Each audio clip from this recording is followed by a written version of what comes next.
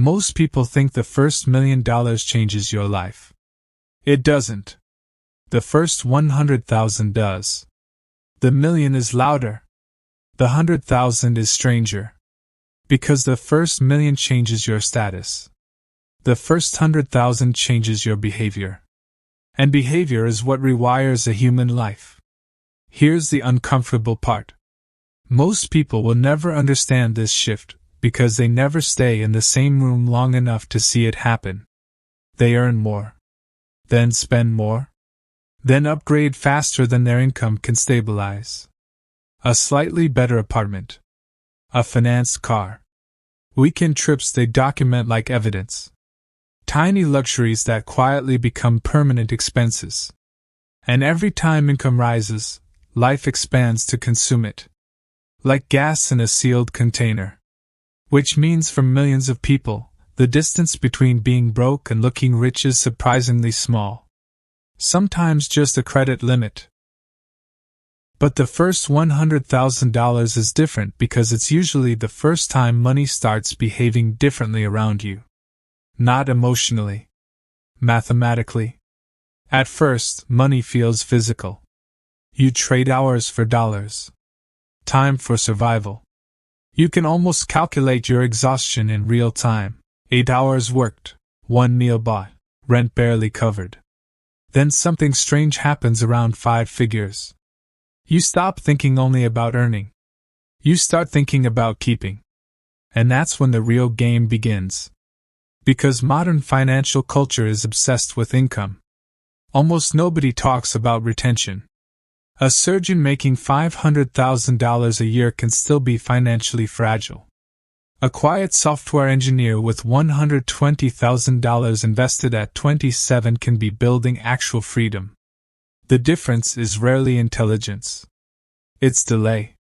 The ability to let money remain untouched long enough for systems to start working for you. That sounds obvious. Until you realize the entire economy is designed to stop you from doing exactly that. Think about it. Every app on your phone wants urgency. Buy now, upgrade now, subscribe now, order now. The modern economy survives on accelerated consumption. And to be fair, it's incredibly effective. A person making $70,000 today can temporarily simulate the lifestyle of someone earning $250,000. That illusion used to be impossible. Now it's one tap away. Which is why the first $100,000 matters more psychologically than the first million. Because reaching it usually requires surviving years of invisible discipline with almost no social reward. Nobody cares about your emergency fund. Nobody congratulates you for maxing out retirement accounts. Nobody sees the nights you stayed home because your future portfolio mattered more than pretending to be successful in the present. In fact, early wealth accumulation often looks like failure from the outside. Cheap apartment. Older car. Saying no too often. Quietness. Especially in your 20s. And this is where the irony appears. The people who look rich early are often the least financially stable. The people building actual leverage usually look boring. Because real wealth creation in the beginning is deeply repetitive. Save. Invest. Wait. Repeat. That's it. No cinematic montage. No secret asset class. Mostly just resisting your environment for an uncomfortably long period of time. And resistance becomes harder when inflation changes the emotional meaning of money itself. $100,000 used to sound unreachable. In the early 1990s, it represented years of upper-middle-class income. Today, in many cities, it can disappear into a down payment and furniture.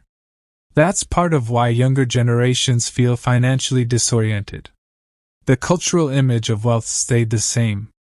The math underneath it changed completely. People still imagine 6 figures as made it, money. Meanwhile, housing, healthcare, education, and basic urban life have inflated faster than wages in many developed economies. So people chase larger numbers without realizing the target itself keeps moving. And yet, The first $100,000 still matters disproportionately. Not because it's enough to retire. Usually it's nowhere close. But because compounding finally becomes visible. Here's the hidden mechanism most people underestimate. The first 100,000 is brutally slow because your contributions matter more than your returns. If you have $5,000 invested and earn 10%, congratulations. You made $500. That's nice. But it probably doesn't change your month. At $100,000, that same 10% becomes $10,000. Now the asset itself is starting to work. You begin experiencing a psychological shift that salaried workers rarely feel early in life. Money produced without direct labor. And once that happens, your relationship with time changes. Not dramatically at first. Subtly. You become harder to panic. Harder to manipulate. Harder to trap. A terrible boss becomes slightly less terrifying. A sudden expense becomes survivable. You stop making every decision from immediate desperation. That reduction in panic might be the most valuable part of early wealth. Not luxury. Margin. And margin changes human behavior more than people realize. Someone with no savings cannot negotiate calmly. Cannot take strategic risks. Cannot think long-term for very long. Scarcity compresses time. Everything becomes about this week. This bill. This crisis. But financial breathing room expands time again. You start seeing years instead of paychecks. That's the real transformation happening around the first $100,000. Not yachts. Not passive income screenshots. Not internet entrepreneur fantasies. Just reduced fragility. Which sounds less exciting, but is infinitely more important. And here's where the conversation becomes uncomfortable. Because once people finally reach this milestone, many discover something they weren't expecting. The number itself doesn't feel dramatic. No fireworks. No emotional climax. Most people expect wealth milestones to arrive with cinematic satisfaction. Instead, it often feels weirdly quiet. You check the account. Stare for a second. Then make coffee. That's it. Because humans adapt frighteningly fast.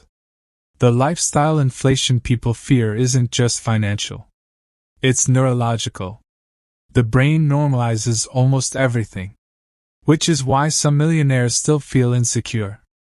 And why some people with relatively modest savings feel calm. Finance is partly mathematics. But eventually it becomes identity. How much is enough? What level of risk feels safe? What kind of life actually feels meaningful once consumption stops being the primary goal? Modern culture avoids these questions because they slow spending down. A person constantly chasing external validation is economically useful. A person content with enough is harder to monetize. And that may be the strangest part of the entire system. The closer people get to financial stability, the less impressed they often become by visible wealth. Because they finally understand the hidden costs behind it. The debt. The maintenance. The stress. The performance. They realize many luxury lifestyles are less about freedom and more about maintaining an expensive public character.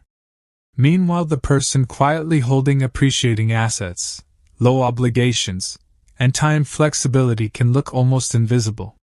But invisibility has advantages. Especially in an economy built around attention. The first $100,000 teaches this lesson early. It teaches you that wealth is not just purchasing power. It's optionality. The ability to absorb shocks. To wait. To walk away. To think clearly when other people are cornered. And maybe that's why the first million often matters less emotionally. By the time someone reaches it, the real psychological transformation already happened years earlier. The habits were already formed. The fear was already reduced. The system was already understood. The million is often just an amplification of patterns established during the first 100,000. Which raises an uncomfortable question. If the hardest part of wealth building is not intelligence, and not even necessarily income, but resisting a system designed to keep money moving out of your hands, then what happens to a generation raised inside an economy where attention itself has become monetized? Where every insecurity becomes a subscription, every desire becomes an algorithm, and every moment of patience feels financially irrational. Because maybe the real value of the first $100,000 was never the money. Maybe it was proof that you could think independently long enough to keep it.